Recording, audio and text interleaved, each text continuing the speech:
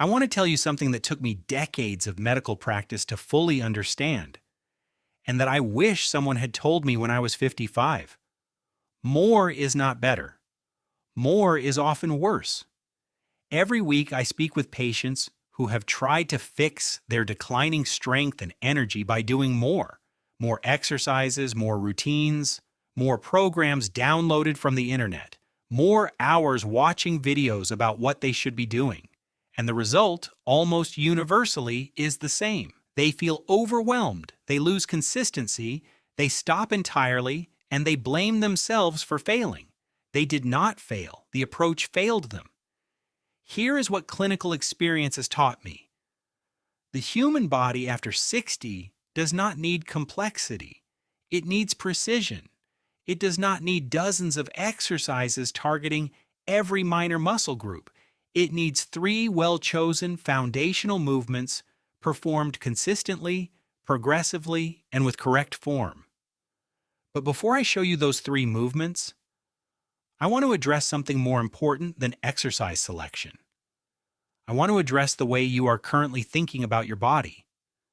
Because in my experience, the most dangerous thing that happens to people after 60 is not muscle loss. It is the quiet acceptance of limitation. Stiff in the morning?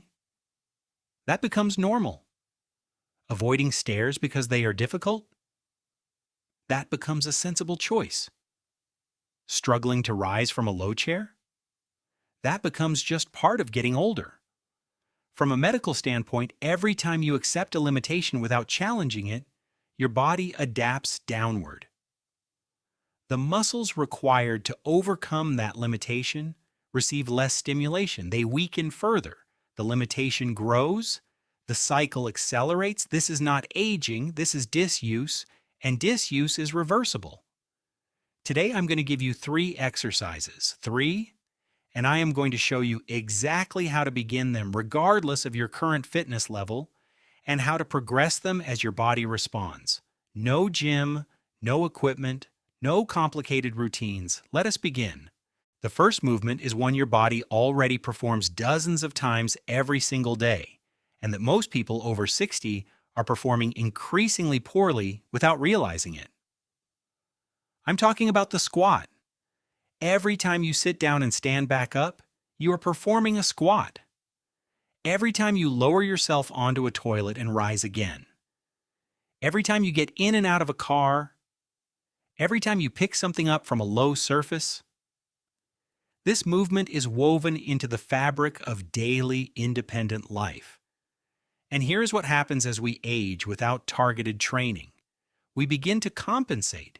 We reach for arm rests.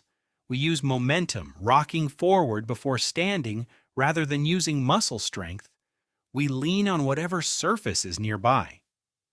These compensations feel natural, even smart. But what they are actually doing is removing the training stimulus from the very muscles that need it most, the quadriceps, the hamstrings, and the glutes. When these muscles are no longer challenged by the squat pattern, they weaken. When they weaken, the movement becomes harder. When the movement becomes harder, we compensate more. This cycle, left unchecked, is one of the primary pathways through which people lose their functional independence. The squat also does something that most people do not associate with leg exercise. It maintains bone density.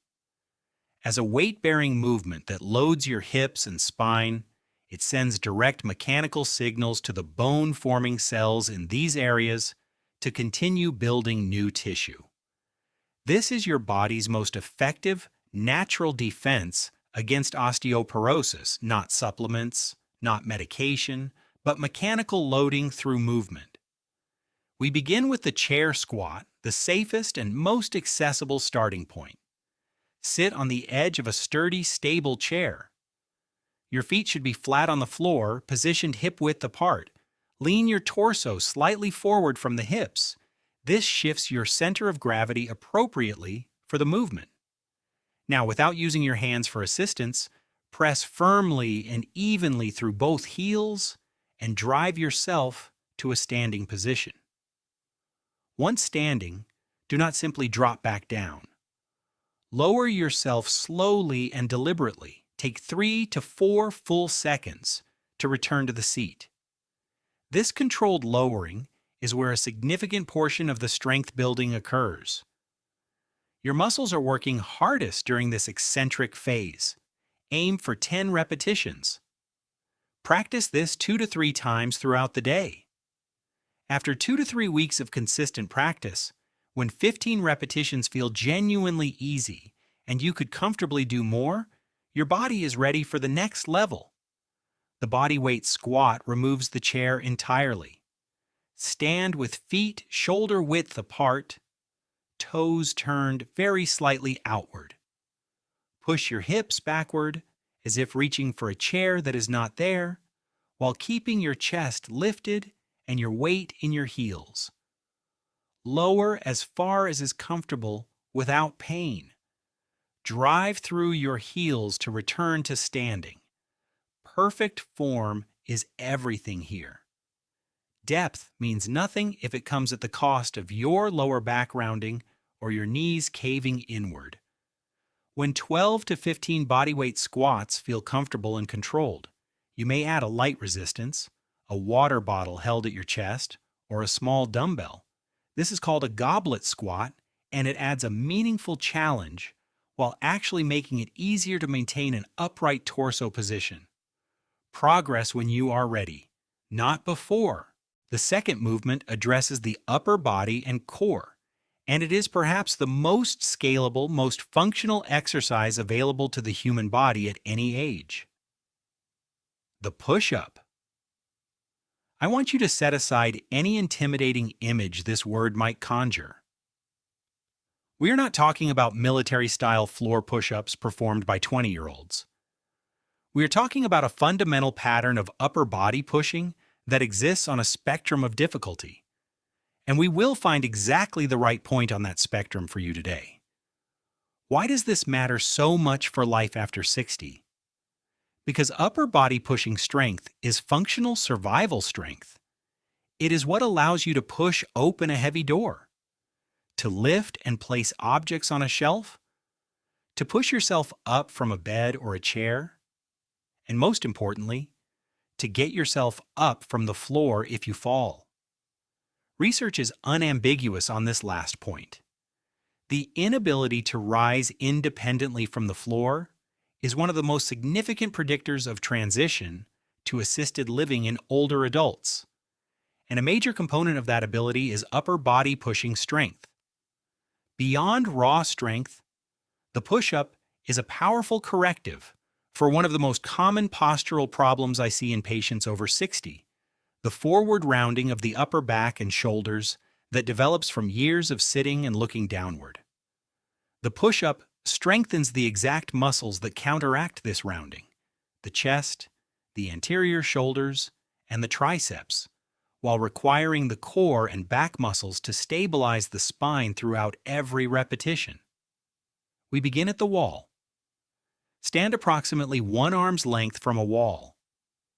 Place both palms flat against it at shoulder height, slightly wider than your shoulders. Your body forms one straight line from head to heels, no sagging hips, no raised backside. Bend your elbows as you bring your chest toward the wall, then press back firmly to the starting position. This is your foundation. Practice it until 15 to 20 repetitions feel genuinely easy. Not just possible, but easy, with energy to spare. This typically takes 2 to 4 weeks. When ready, move to an inclined surface. A kitchen counter works well. The same movement, the same straight body line, but now at a lower angle, meaning more of your body weight is in the equation. Begin at a higher surface and gradually work toward lower surfaces over several weeks. The knee push-up is the next significant milestone. Drop to your hands and knees on the floor. Create a straight line from your knees to the top of your head. Lower your chest toward the floor and press back up. This variation provides the vast majority of the benefits of a full floor push-up with considerably less stress on the shoulder joints.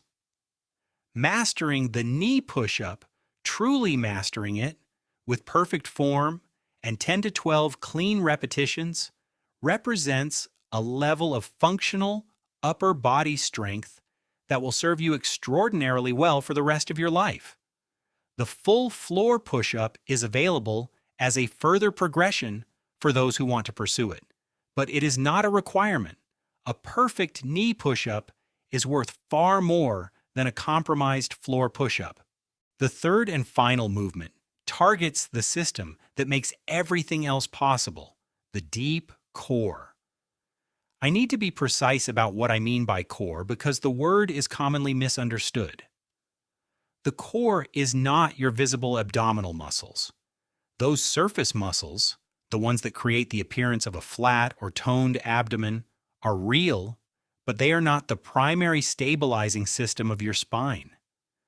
The true core is a deeper layer of musculature, the transverse abdominis, that wraps around your lumbar spine like a natural corset, the multifidus muscles that run along each vertebra, providing segmental support, and the muscles of the pelvic floor below. When this deep system is strong and responsive, your spine is protected during every movement of your day, every bend, every twist, every step, every reach. When it is weak, your spine is vulnerable. The back pain that affects the majority of adults over 60 is very frequently a problem of this deep, stabilizing system rather than of the spine itself. The plank trains this deep system in the most direct and functional way possible, not by moving, but by resisting movement. This is called anti-extension training, and it directly mimics how the core actually functions in daily life. Your core's primary job is not to bend your spine, it is to prevent your spine from bending when it should not. The plank trains exactly this. Unlike crunches, which create repetitive flexion stress on the spinal discs, the plank places no compressive load on the discs at all. It is simultaneously more effective for functional core strength and safer for the lower back. We begin at the wall. Stand an arm's length from a wall. Place both forearms flat against it, elbows at shoulder height. Hold this position, body straight from head to heels, core gently engaged. Begin with 10 to 15 second holds.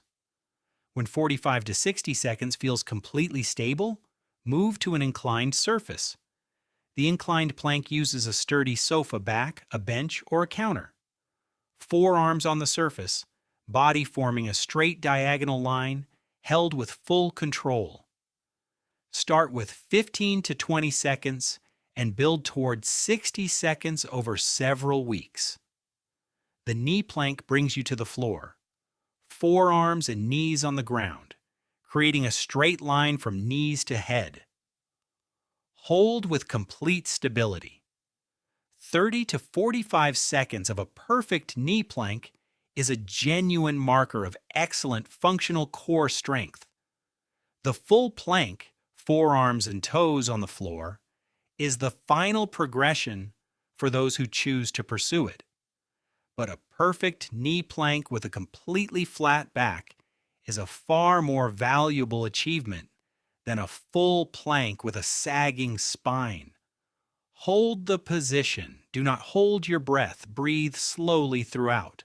3 exercises. Here is how to put them together. Train on Monday, Wednesday, and Friday.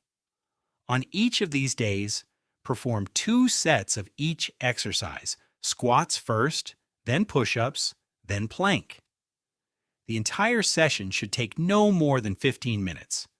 For squats, aim for 8 to 12 repetitions of whatever version you are currently working on.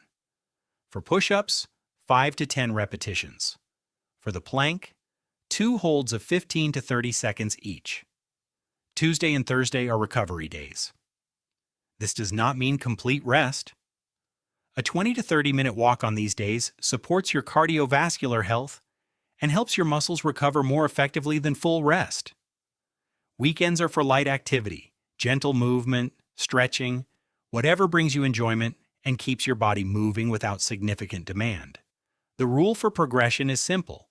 When the top end of your repetition range feels genuinely comfortable, not just achievable, but comfortable and controlled, you are ready to advance to the next level. Do not advance before this point. Rushing progression is how injuries happen. Consistency over intensity, every time. 3 exercises: squat, push-up, plank. Not because they are all that exists, but because they are all you need. They address the 3 fundamental requirements of physical independence: the ability to move your lower body against gravity, the ability to push and support your upper body, and the ability to stabilize your spine through everything you do. You do not need a gym membership. You do not need equipment. You need 15 minutes, 3 days a week, and the willingness to begin at whatever level is honest for where you are right now. The body you want, stronger, more stable, more capable, is available to you. Not someday. Not after you feel more ready. Now. The best time to start was years ago. The second best time is today.